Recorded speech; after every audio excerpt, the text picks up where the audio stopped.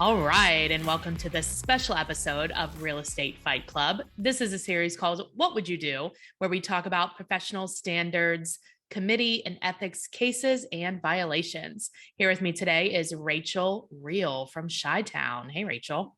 Good morning, Jen. How are you? Great. I finally said it right. Do I get a prize? You do. You do get a prize. I might say, maybe I'll send you a Kansas Jayhawks hat so that you can Hey. celebrate with the rest of us. Woohoo! Nice. So, what case do you have for us today? Today, we're going to talk about a case revolving around Article 1. So, Article 1 is kind of the most basis. violated article. It's the one that makes the most common sense. But although we know that's gone, so we're going to review it anyway. Article 1 says, when representing a buyer, seller, landlord, tenant, or other client as an agent, realtors pledge themselves to protect and promote the interests of their client. This obligation to the client is primary, but it does not relieve realtors of their obligation to treat all parties honestly. When serving a buyer, seller, landlord, tenant, or other party in a non-agency capacity, realtors remain obligated to treat all parties honestly.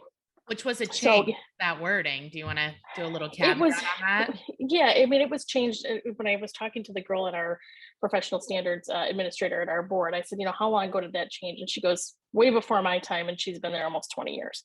So way back when the word fair was also part of Article 1. So where your obligation was to treat all parties honestly and fairly. Well, if you think about life in general, life isn't fair to treat everybody fairly. Right. I mean, when you got 46 offers on a property and only one person gets it, 45 are going to say that's not fair. Right. So you can still operate your business honestly, ethically, and fulfill the duties of the code of ethics, and still life isn't fair. Well, so that was removed. Like if an agent gets upset and it's like, well, that's not fair, and be like, you're welcome. You're just now learning that life's not fair. I promise you, your life will be better from here on out. Right. Now that you know that life isn't fair. Now that you know. Right. Yes. Right. So yeah, so that was way back when that was in there, but I think obviously the code evolves and things change over the years, and they just realize that it's not logical to keep that in there because nothing is fair. True that. Somebody's always going to be bent. Yeah. So that said, we're going to talk about the fidelity to our client's interests. So this case kind of revolves around an agent being representing a client in a property management type of role, and what happens when other things kind of creep into that relationship. So Realtor A managed an apartment building owned by client B. In his capacity as property manager, Realtor A received a written offer to purchase the building from buyer C. Realtor A responded that the building was not for sale. A few days later, buyer C met client B and told him he thought he had made an attractive offer through his agent, and indicated that he would be interested in knowing at what price would interest client B. Client B answered that he had received no offer through Realtor A and asked for the details. Do we see a problem so far? Yeah. I'm just saying. Okay. Client B then filed a complaint again. Supposed to present all offers. Right. Even if you weren't soliciting for an offer, correct? Right. Correct. And I think the situation here is because this agent's relationship and contract with this particular client at this time is in a property management capacity, not as a realtor looking at marketing and selling a property. And this is where it gets fun. Okay. So client B then filed a complaint against Realtor A with the local board of realtors, charging failure to represent and promote his best interests. That's fair. His complaint specified that while Realtor A had been engaged as a property manager, he had at no time told him not to submit any offers to buy, and that in the absence of any discussion whatsoever on this point, he felt that Realtor A should have recognized a professional obligation to acquaint him with buyer C's offer, which he stated in the complaint was definitely attractive to him. So the client then said, hey, well, you should have recognized the fact that you should have presented me with this offer. Even though we didn't discuss the fact that we were selling this property or that I'd be open to selling it, you probably should have at least said that to me. Okay. I have some thoughts. Okay. Realtor A was notified of the complaint and directed to appear before a panel of the board's professional standards committee. Okay. In his defense, Realtor A stated that his only relationship with client B was a property manager under the terms of a management contract, and that he had not been engaged as a broker. That at no time had the client ever indicated an interest in selling the building, that in advising buyer C that the property was not on the market, he felt that he was protecting his client against an attempt to take his time in discussing a transaction which he felt sure would not interest I mean, that's dumb. That's a dumb defense. him. So let's break that down. So his defense was his relationship was only as a property manager under the terms of a management contract. I'd be curious to know, did the management contract actually preclude him from operating in a sales realtor capacity? Right. I suppose, well, I guess it would, the property management contract would generally speaking, I think, only cover property management.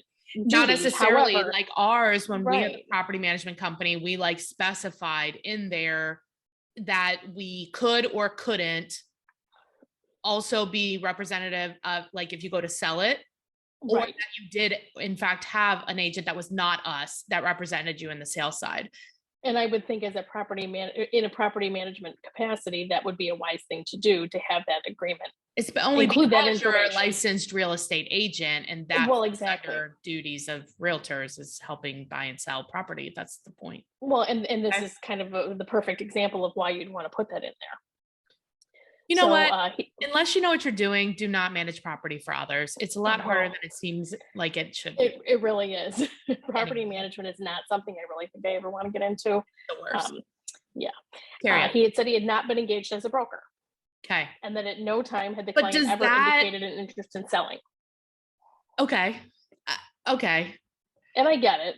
I get that. However, I think that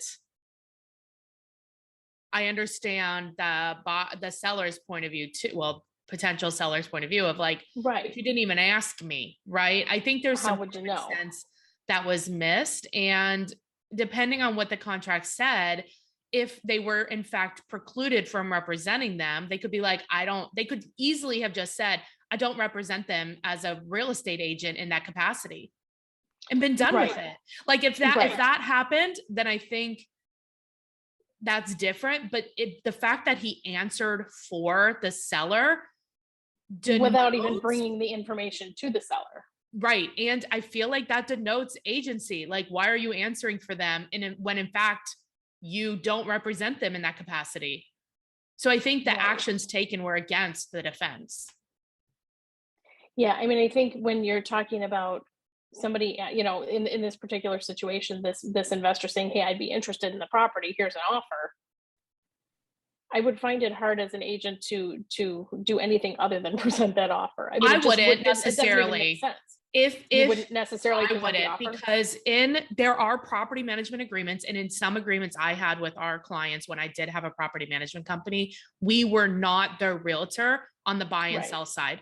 So what we would say is, I don't represent them in that way. If they had Okay. an agent, then I would say, here's their agent. If they didn't have an Right. agent, I would drop it and I would leave it at that. Because then you're really saying like, we never engaged in that. Like that conversation we actually talked about, and I do not represent them. But I think Now, if you look at a listing agreement, does your listing agreement, when you go to sell a property, also have a paragraph in there about the possibility of leasing a space? yeah. And so on ours, depending on the property, we'll either say that they are authorized to use a different company. And most of ours say they're authorized to use a different company to lease it, because we don't want to either. So then if somebody says, hey, we're interested in leasing that property, and we've already had this conversation, and they said they weren't leasing it or whatever, I could be like, well, this property's for sale. Right. Okay. But so I think the biggest point of this here too is to make sure, if you're doing property management, plan for, especially with larger investment properties, to make sure that you address this in a property management agreement or with a conversation with that client up front too, because the expectation should be that if somebody brings you an offer, I think if I'm putting myself in the client's shoes, the building owner's shoes / seller, I would expect that agent would bring me that offer. If you don't address anything, if there's nothing in that document that says otherwise, and they had no discussion about it, and all of a sudden you get an offer for it, I would think that as a building owner, I would expect to see that offer. And I'd be pretty shocked, I think too, if I ran into the buyer who said, "Hey, I thought I made you a great offer." I mean, these people forget that we all know, everybody knows each other. Yeah, so, I agree. You're going to get busted. Yeah, the common sense test is, if you didn't Right. have the conversation up front, to then call the client that you do represent in the property management capacity and be like, hey, somebody's wanting to offer on the property. Did you like, Are you interested in I'm selling or happy not? to If you're not present this interested, to you, but you need to hire right. me first. Because I also think there's a mistake that agents will go around without being hired, i.e., no Like buyer's buyer agents. agreement. Yeah, slide that in, right? Yeah. No, And I I don't think absolutely you should agree. work for free, but I also think you need to clarify, right? I think you need to be very clear on what your duties are. But I think what's the harm in that 30-second phone call from the agent to the building owner slash potential seller to say, hey, there's somebody's interested in an offer on your property. Are you interested in seeing it, or should I just tell them it's not for sale? I mean, how long did it No, take me to say that? Rachel, 10 I do want seconds? to see it. Why don't you send it over to me? But we haven't signed Right. an agreement that you're going to work for me, so I'm not going to pay you. Well, and then I think that's a tough one because a lot of these investors that own these larger buildings, they've got some established relationship with that agent. So I think it's unlikely that that isn't covered somewhere in there. Yeah, We're so assuming for the purposes of this that it's not, but I think for the most part these are going to be yeah, that but what if it's information is going to be not, in there. right? So like what if they don't, you didn't talk about it, you get this. Right. That's why And I as an think, agent, I think you say, hey, you know what, we weren't marketing it for sale. We weren't doing this. We weren't soliciting a buyer. We weren't marketing it. In the event that this offer is presented, it's great. You want to accept it and close on it. How do you feel about compensation in the amount of X? mhm, You right. know, and then we just need to put that in writing. Yeah. And they'll And say, I just blame it on the state. I just say the lady from the state's going to come and get me if I don't do this. because And I'm I don't want acting to as your fiduciary. because I'm acting as your agent, right? So it's got to be in writing. I just blame it on the Well, lady I at the can be state. my own agent. Just send it over to me. I mean, I right? This love it. is real. This can happen. Right, right. And then at that point you say, I can't. Okay, well, just Exactly. give me the information to the person. Right. And if you want to step out of it, so be it. I mean, then it becomes a business decision on the part of the agent, property manager. Yeah. You know, Let's take a quick break and then we'll take hear a what quick they have to break. say. Is that fine? Okay. So I Okay. want to tell you about two of our favorite partners. One is that we are all looking for leads. And the best marketing engine that I found right now is called Pipeline Pro Tools. So what they do is if you go to pipelineprotools.com/fight club, they will show you the playbook that I've been using. They'll show you how many leads that you need to get in order to do the number of deals and make the income that you want. And then they'll give you my playbook for free. So you just have to go to pipelineprotools.com/fight club to get that and do your free demo. And then one of our other favorite partners is my coach, John Kitchens. And he will help if you're not where you want to be, he will help reveal those blind spots. Wah, wah, but it will get But that's no fun. I know, right? I like to stay in my shit. In my So, comfort zone. Don't take me yes, out of my bubble. Monica and I are going to pay for your first 60 days of coaching with him. So you go to trial.coachcode.com to get that. All right, Rachel. All right. So what do you think? If you had to guess which way this is going? I'm going to say I think that the agent messed up because they answered. If they hadn't answered and their whole defense was, I do not represent the client in that capacity. I told this person that I don't do it. Here's my contract. It explicitly says that I do not represent them in that capacity. It's not me. But instead, the agent didn't do that. Instead, they did represent them by answering the question. Okay. And I think that they're in the wrong. Okay. Do you want to know what the hearing panel says? Yeah. Okay.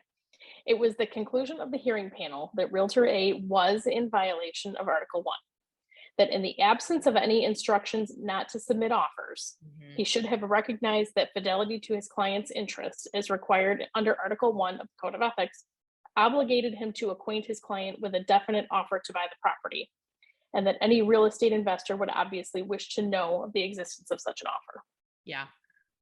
So again, in the absence of having any conversation, we're assuming here that none of this was addressed in any of the property management agreements, that there was no conversation, no information in that document that ruled, governed how they were going to handle the situation, that yes, in fact, he should have presented the offer I also think this is a good opportunity for us to look at ourselves and say, okay, are my actions in alignment with the agreement that we have? 100%, because clearly this is a situation where that probably should be in an agreement, in a property management agreement. It Because should if be it's happened once, not, it's going to happen a million and one times. but we all make mistakes, right? And so Right. when you like this, something like this happens and you realize that, oh, I didn't have that conversation with this, like whatever it is, we all end Right. up in a situation like this, right? Especially, Right. I mean, it's bound to happen. If it hasn't happened to you, it will. That means you're not working hard enough. Anyway, Right. so I've been through this. I've been through a situation similar to this one. what happened? Well, ironically, it was an interesting situation because I work as an agent and I have a friend who does mostly property management. Okay. So I had a client who was moving out of the country for a couple of years, and they wanted to lease their property out. I don't do property management, so my agreement was with the other brokerage who does property management, and said, okay, I'm going to refer you to them, with the agreement between myself and the property management company that in the event they turn out around to sell the property in a handful of years or whenever that happens, Yeah. it goes back. Right. That makes sense. That's in a lot of them. Exactly. And when the homeowner contacted somebody at that company who wasn't aware of that arrangement, they started working on a market analysis and talking about all of these things about selling the property. And then I had to go, wait a minute, hold on, that's not, make sure you talk to so and so because they're aware of the arrangement that's happening here. Right. And it's in writing. Exactly. So, but yeah, you've got to have that stuff in writing and you've got to communicate that to your people. Yeah, but what my point was is when you are in a situation where you just didn't do that, right? Like whatever it was, Right. it happened and it just didn't happen. You have to look Right. and say, okay, what are the actions that I should take and are they in alignment with the agreement, right? So if you're Right, absolutely. if you're the type of person that's like, okay, well, I have a duty to present because I feel like it's a violation of the code of ethics, then you have that conversation, right? Like we talked about. Or Right. the other choice is the other one, I think, that I brought up, that like, hey, I don't represent them. It's very clear I don't represent them. And Well, that's and it. I think that's what this agent did though. They It did said, not. This agent well, answered as though he did have an agency relationship and represented them. although I don't know if I agree with that though, because I think he took the offer and said, hey, it's not on the market. I don't have anything to do with it. It's not That's for not sale. what he said. He said, no, they're not selling, which is not his role. Let's see. I'm going to go back and look at this here because we're going to pick it apart. By the Realtor way, A. if you Yes. want to get this, it will be at jennifermertlin.com/vault. Under this episode, you'll be able to read it for yourself. All right, what's it say? Yes. So Realtor A managed the apartment building owned by client B. In his capacity as property manager, Realtor A received a written offer to purchase the building from buyer C. Realtor A responded the building was not for sale. Right. He answered. So he answered that he didn't say that I'm not responsible for that. I don't know if yeah, I it's have not for nothing to sale. do with the sale of this property. I'm strictly a Right. property manager. Would have been a more Right. appropriate response, and that feels defensible. And it doesn't feel like you're in violation of that because you were never hired. So you don't have to follow the code because you're not hired to do so. Well, you still have to follow the code if you're a realtor. So whether or not you're in a property I'm the management czar, capacity or an Ina. agent capacity, you're But you're still not obligated in to an follow the code. Well, because you're a realtor. So whatever capacity you're in, you're required to follow the code. And that goes back to our conversation of that one case that went or it ended up not going to the committee, but it was that the agent was also a minister of a church. Right. Yes. And so while he was in the capacity of a minister, there was some potential violation of the code of ethics as a realtor, but he was actually in the capacity. Revolving around hate speech. Yes. That was the one revolving around hate speech. Right. Right. And I mean, we can all agree that hate speech is not this. Well, that's where we talked about where does the code of ethics as it pertains to your professional role carry over into your personal life. And that's what, right. And so and Bible interpretations sticky. And all of that. So that definitely gets a little more sticky. I would argue in this particular situation though, If his response was not, the building is not for sale, but his response was, hey, I don't know, I'm just the property manager, and that offer was never submitted, I would put money on the fact that the panel would find the same way. Just because the panel finds it the same doesn't mean that it's true. I mean, it's arbitrary. Well, it's five. It's panel five people could that say something different.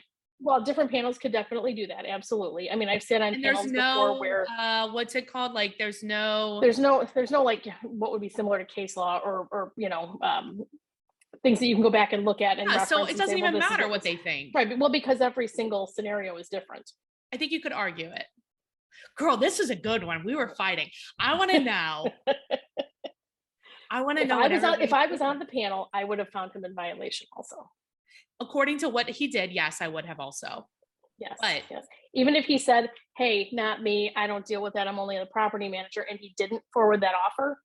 No, I would argue that he's still in violation. Okay, maybe that's a gray area. But I said that if he said that and he was like, and as a matter of fact, our agreement precludes me from operating in that capacity, then that seems very clear. Right. Yeah, I agree with you. That would be very clear. If he just said that, that's like super gray area.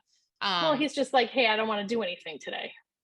I mean, that's dumb. I got something else to do. I don't want to deal with this. Dumb. Anyway, Rachel, if people are, well, obviously if they're Team Mertland, they can hashtag Team Mertland. Team Rachel, should we do rreal? Yeah. Right. Yes. Because no one can spell Rachel. I mean, nobody knows how to spell. It's not that difficult, but it's not. Yeah. You should spell it weird, then everybody would remember. Like super. Oh, it is spelled weird. No, like with a K and like a lowercase R instead of a capital and a Q. Like just make it crazy. Right, like some symbols and stuff. I joke that I should just go like be like Prince and just be a symbol or something. Do a symbol, yeah, an R. I should just be a symbol, right? You're a registered trademark. Right. That's why my logo is just an R. Nice. Well, Rachel, if people want to reach out to you and their hashtag Team rreal, or they have a referral for you in Chicago, how should they get a hold of you? Best way to reach me is by cell phone at 630-542-8688 or via email at rreal@dealwithreal.com. Hashtag rule police. Yes. That's me. Pose. All right. Thanks for being on, Rachel. Thank you. We'll have a good one.